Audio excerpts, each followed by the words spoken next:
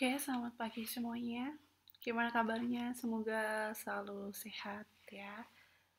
Untuk pertemuan minggu ketujuh kali ini, kita akan membahas mengenai proses costing, yaitu perhitungan biaya berdasarkan proses. Materi lengkap juga bisa kalian baca di bukunya Blogger di bab 6 halaman 285.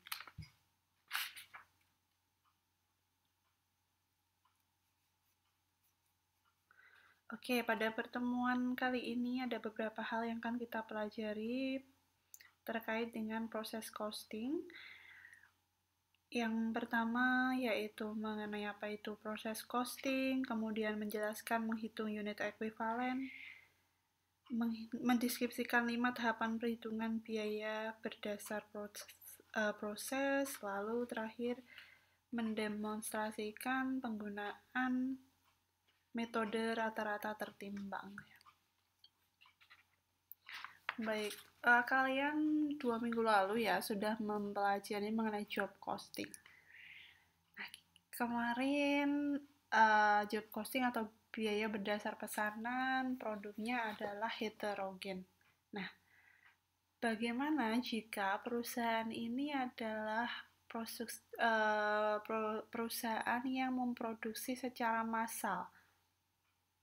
Apakah cocok dengan job costing? Pasti jawabannya tidak ya kan? Karena produknya homogen, maka yang tepat adalah proses costing di sini.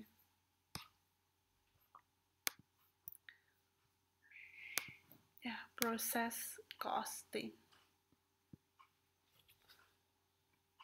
Nah, proses costing sendiri ini adalah sistem pengumpulan biaya produksi menurut departemen atau cost center selama satu periode.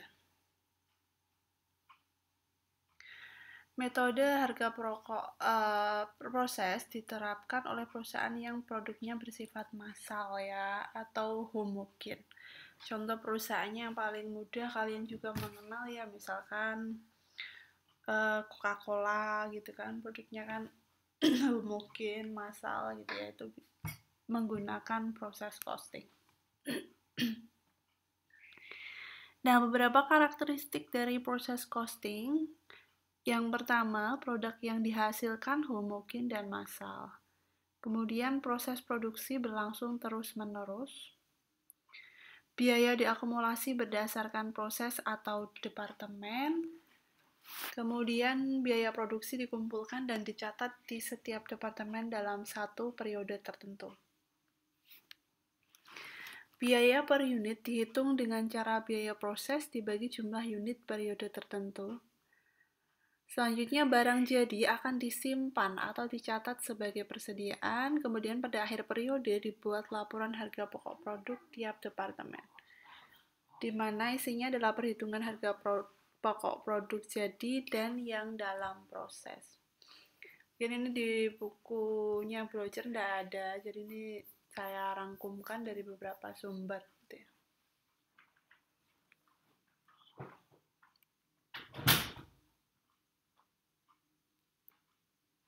Nah, jenis proses manufaktur itu ada dua, yaitu sequential processing dan parallel processing. Yang sequential processing ini unit-unit harus melewati satu proses sebelum mereka dapat dikerjakan pada proses selanjutnya. Jadi urut ya. Jadi prosesnya 1, 2, 3, 4 gitu ya. Misalkan bikin apa ya? Misalkan bikin cilok ya, proses pertama, kedua, ketiga, dan 4 harus urut, gak bisa bareng-bareng gitu ya. Nah, yang kedua, jenis proses manufaktur ada parallel processing. Ini 2 atau lebih rangkaian proses diperlukan untuk memproduksi barang jadi bisa bersama-sama beberapa proses jadi dilakukan bersamaan gitu ya. Nah, arus biaya pada proses costing, pada umumnya sistem biaya proses ini sama dengan sistem biaya berdasar pesanan atau job costing. Perbedaannya adalah dalam kalkulasi biaya proses, tiap departemen produksi punya akun barang dalam proses atau BDP sendiri. Atau bahasa lainnya work in process ya.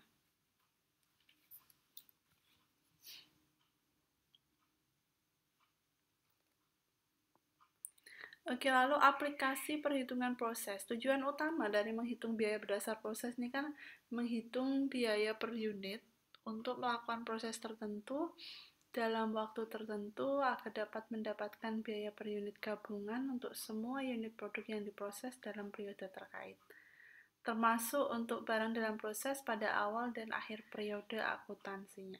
Ya mungkin kalau dilihat dari penjelasan hanya berupa kata-kata agak bingung, tapi nanti kita akan langsung ke contoh, demonstrasi contoh itu akan lebih memudahkan kalian untuk memahami.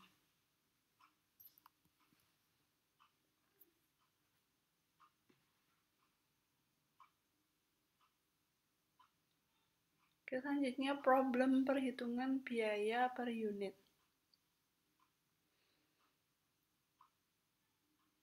Yang pertama mendefinisikan unit produksi. Jadi menentukan berapa unit yang diproduksi selama periode berjalan, tetapi tidak ada dalam persediaan akhir. Maka solusinya adalah konsep unit produksi ekuivalen. Maksudnya kadang kan dalam suatu proses belum tentu semua barangnya itu jadi gitu ya. Jadi ada yang 50% jadi, nah itu diekuivalenkan dengan berapa. Maka ada konsep unit produksi ekuivalen. Kemudian problem yang kedua terkait bagaimana harga pokok atau biaya persediaan awal BDP harus diperlakukan.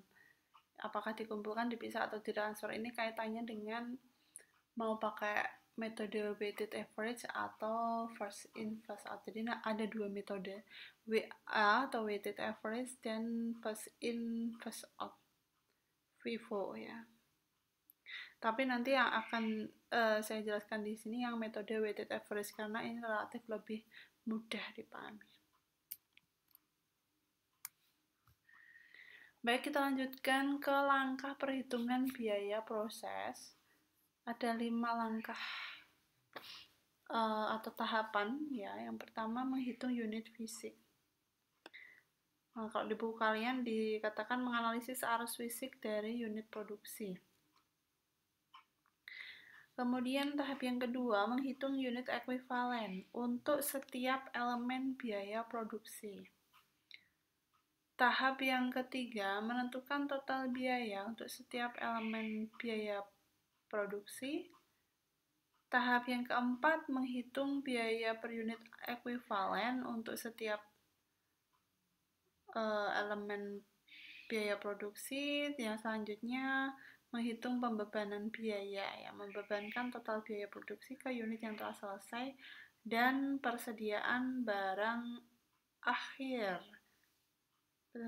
barang dalam proses atau work in process ya. Kemudian nanti ada istilah biaya konversi. Apa itu biaya konversi? Nah, nanti selanjutnya nanti akan saya jelaskan.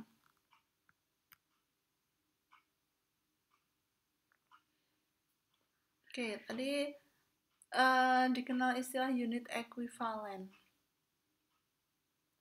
Apa sih yang dimaksud dengan unit ekuivalen? Nah, ini adalah jumlah unit yang diselesaikan berdasarkan pada jumlah unit selesai ditambah dengan perkiraan jumlah unit selesai berdasar persentase biaya dari biaya total. Unit ekuivalen ini harus dihitung untuk bahan baku langsung, tenaga kerja langsung, dan overhead.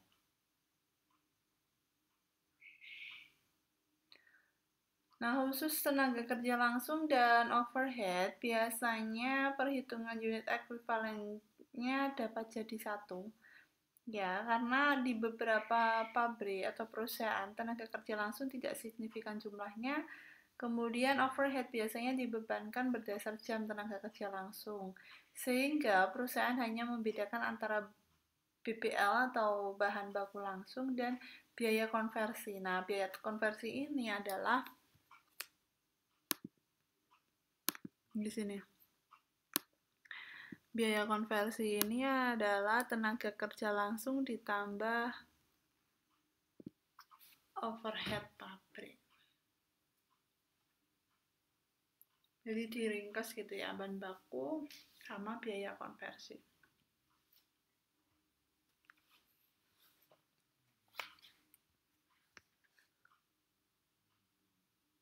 Nah, ini contoh membahas terkait unit ekuivalen ya. Misalkan diketahui unit BDP awal barang dalam proses awal itu tidak ada. Jadi persediaan awalnya tidak ada, unit yang diselesaikan 1000 unit. Kemudian ada data BDP akhirnya 25% selesai, ya, ini 600 unit. Diketahui total biaya produksinya $11.500. Nah, ditanyakan berapa output bulan Maret 2014. Ini anggap saja ini data Maret 2014. 1000 ini atau 1600 ini tak tambah ini. Jadi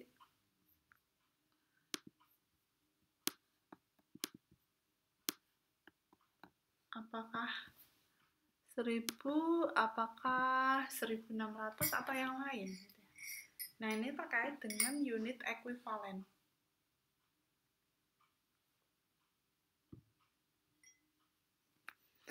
Mari kita coba hitung. Nah, konsep unit produksi ekuivalen 100 unit ini sama dengan 100 unit ekuivalen. Kalau 200 unit 50% selesai, berarti 50% dari 200 unit, artinya 100 unit ekuivalen. Jadi, tadi diketahui data unit yang diselesaikan 1000, unit BTP akhir 25% selesai. Jadi 25% selesai dari 600. Ketemunya 150, sehingga total unit ekuivalennya adalah 1150. Ya, bukan 1600, bukan pula 1000.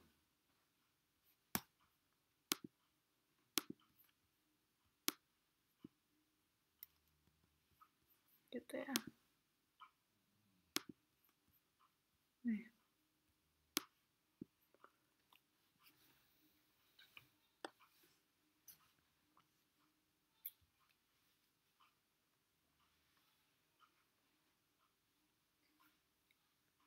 Nah, ini aplikasi perhitungan proses, perhitungan biaya berdasar proses ya. Memiliki dua metode, yaitu WA, weighted average. Ini biaya periode sebelumnya dan saat ini dicari rata-ratanya. Metode yang kedua, FIFO, first in, first out. Pekerjaan pertama yang dilakukan adalah pekerjaan yang dibutuhkan untuk melengkapi persediaan awal barang dalam proses. Untuk kali ini kita akan fokuskan di WA, metode weighted average ya. Nah, perbedaannya apa sih antara weighted average dan FIFO? Untuk weighted average, ini menggabungkan biaya persediaan awal dengan biaya periode berjalan untuk menghitung biaya per unit. Lalu biaya dikumpulkan dan hanya satu biaya rata-rata per unit yang dihitung dan dibebankan baik ke unit yang ditransfer keluar maupun unit yang tersisa dalam persediaan akhir. Sedangkan untuk FIFO, ini memisahkan untuk persediaan awal yang diproduksi selama periode berjalan. Asumsinya, unit persediaan awal diselesaikan pertama kali dan ditransfer keluar dengan semua biaya periode sebelumnya, ditambah biaya periode berjalan yang diperlukan untuk menyelesaikan unit tersebut. Cukup membingungkan kalau kalian hanya membaca dari ini ya. Jadi penjelasannya akan lebih mudah kalau kita lihat langsung ke contoh soalnya ya nanti. Ya, jika biaya produk tidak berubah dari periode ke periode atau tidak ada persediaan awal BDP, maka metode WA dan FIFO ini akan memberikan hasil yang sama. Oke, untuk lebih mempermudah, kita memang harus ada contoh. Ini ada contoh Ya, saya ambilkan dari bukunya Blocher.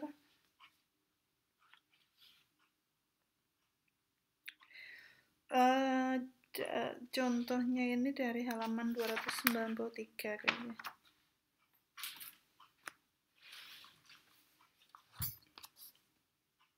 Ya agak sedikit berbeda sih kata-kata redaksionalnya. Contohnya di sini sebuah perusahaan mainan gitu ya, mempunyai departemen produksi, molding and finishing, jadi departemen pencetakan dan penyelesaian atau finishing. Molding places direct materials into production at the beginning of the process. Jadi, departemen pencetakan menempatkan bahan baku langsung, ya sejenis plastik ini, ke dalam produksi pada awal proses. Direct labor and factory overhead costs are incurred gradually throughout the process with different proportion. Jadi biaya tenaga kerja langsung dan biaya overhead pabrik terjadi secara bertahap di seluruh dengan proporsi yang berbeda-beda. Nah, ini data departemen pencetakan dan biayanya untuk bulan Juni ya disediakan di sini. Coba bisa kalian perhatikan di sini ada work in process inventory, berarti persediaan barang dalam proses ini awal bulan ya, tanggal 1 Juni diketahui 10.000 unit. Ini direct materials, bahan baku, direct labor, tenaga kerja langsung, factory overhead, biaya overhead ya.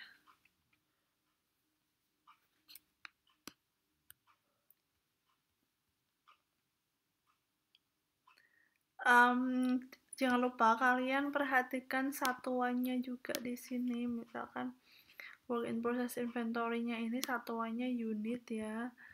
Kemudian unit started during June juga unit, selesainya juga dalam unit. Nah, di sini satuannya apa ini? Dalam mata uang ya. Ini juga dalam mata uang. Ini satuannya unit ya. Ini berarti nanti harusnya unit, ini juga unit, ini juga unit.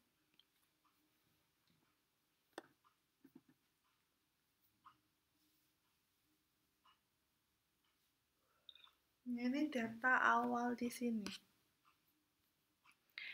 Dari data ini nanti diminta mencari total biayanya ya, berdasar proses costing. Biaya berdasar proses.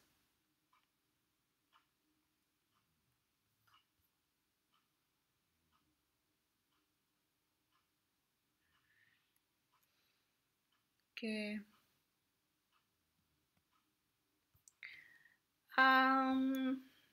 Tadi ada 5 langkah ya untuk menghitung biaya berdasar proses. Tahap yang pertama, account for physical product flow. Jadi menganalisis arus fisik dari unit produksi. Kata kuncinya di sini adalah input harus sama dengan output totalnya aja. Jadi ini harus sama. Jadi nanti suatu saat di soal diketahui data work in process started in June berapa, kemudian work in process inventory akhirnya diketahui, tapi ini tidak diketahui. Misalkan ini ditanyakan, ya gampang, kalian tinggal pakai konsep input sama dengan output, jadi nanti bisa ketemu angka ini. Bisa ketemu angka ini. Oke, baik, kembali lagi di sini. Yang langkah yang pertama menghitung atau menganalisis arus fisik ya. Input sama dengan output, masuk sama dengan keluar. Oke, persediaan awal tadi 10.000, unit started in June 40.000, jadi totalnya 50.000, outputnya juga harusnya sama. Unit completed and transfer out-nya 44.000, work in process inventory-nya 6.000, totalnya 50.000. Ya, lihatnya dari sini. 10 unit tambah 40.000. 40.000 unit sama dengan 44.000 tambah 6.000 unit di sini. Langkah yang kedua, menghitung unit ekuivalen untuk step elemen biaya produksi. Ini tadi langkah yang pertama, ini sudah selesai ya. Masuk ke langkah yang kedua, ekuivalen unit. Work in process, persediaan awal ya. Direct materials tadi 100% selesai, direct labor-nya 30%, factory overhead-nya 40%. Nah, ini unit completed and transfer out tadi 100% selesai ya semuanya. Nah, ini tadi yang belum selesai, work in process inventory atau persediaan barang dalam proses akhir ya di Juni tanggal 30. Tadi kan 6.000 ya, sini lihat di sini. 6.000 unit. Nah, ini masih tanda tanya. Kita isikan di sini. Direct material selesai 100%, berarti 6.000. Yang direct labor 50%, berarti 50% dari 6.000 kan 3.000. Factory overhead-nya selesai 60%, berarti unit ekuivalennya adalah 3.600. Ini yang diperhitungkan. Kemudian baru di total, direct materialnya 50.000, direct labor-nya cuma 47.000, factory overhead-nya 47.600. Ini ditambah. Berarti tidak 100% 50.000 semua, karena kenyataannya hanya selesai 50% untuk direct labor, 60% untuk factory overhead. Jadi seperti itu. Ini adalah langkah yang kedua. Langkah yang ketiga, menentukan total biaya untuk setiap elemen biaya produksi. Rumusnya, ya ini kan tadi diketahui persediaan barang dalam proses awal ya 1 Juni. Lalu ada biaya selama bulan Juni. Jadi kita menjumlah semua biaya. Coba lihat data di awal.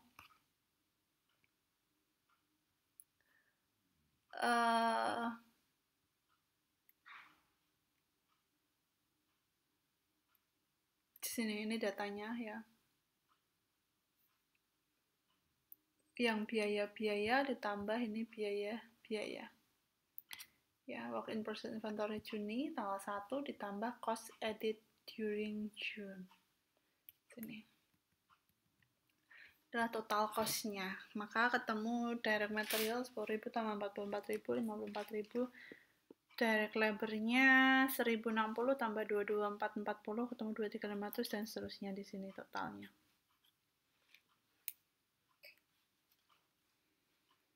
Itu langkah yang ketiga. Langkah yang keempat, menghitung biaya per unit ekuivalen untuk setiap elemen biaya produksi.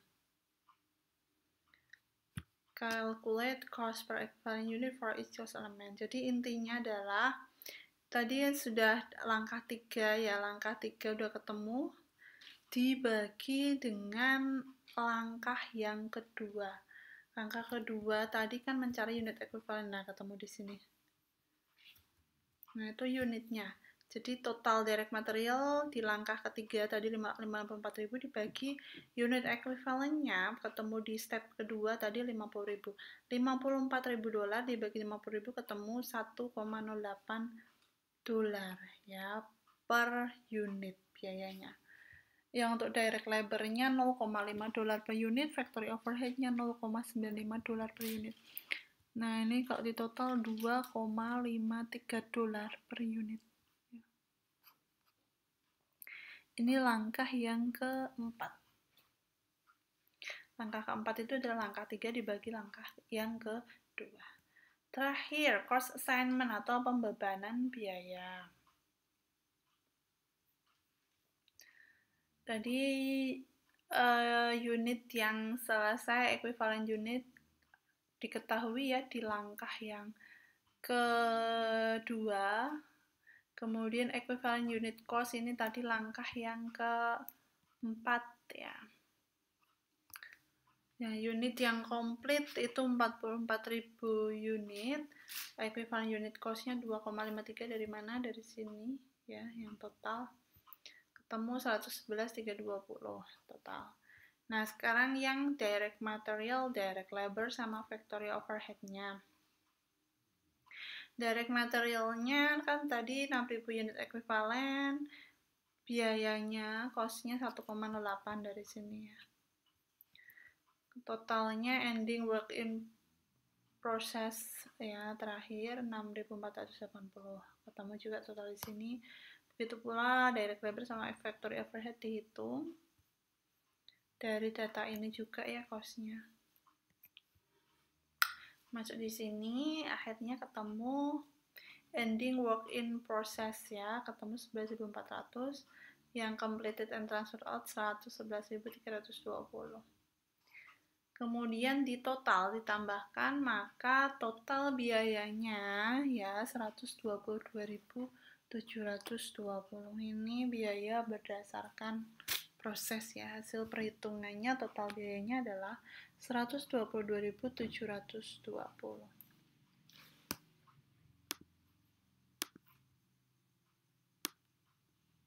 Ini ya. Kira-kira gimana? Semoga bisa dipahami ya. Memang agak banyak gitu ya langkah-langkahnya, tapi saya yakin kalau kalian nanti latihan insya Allah juga semakin lancar untuk bisa mengerjakan.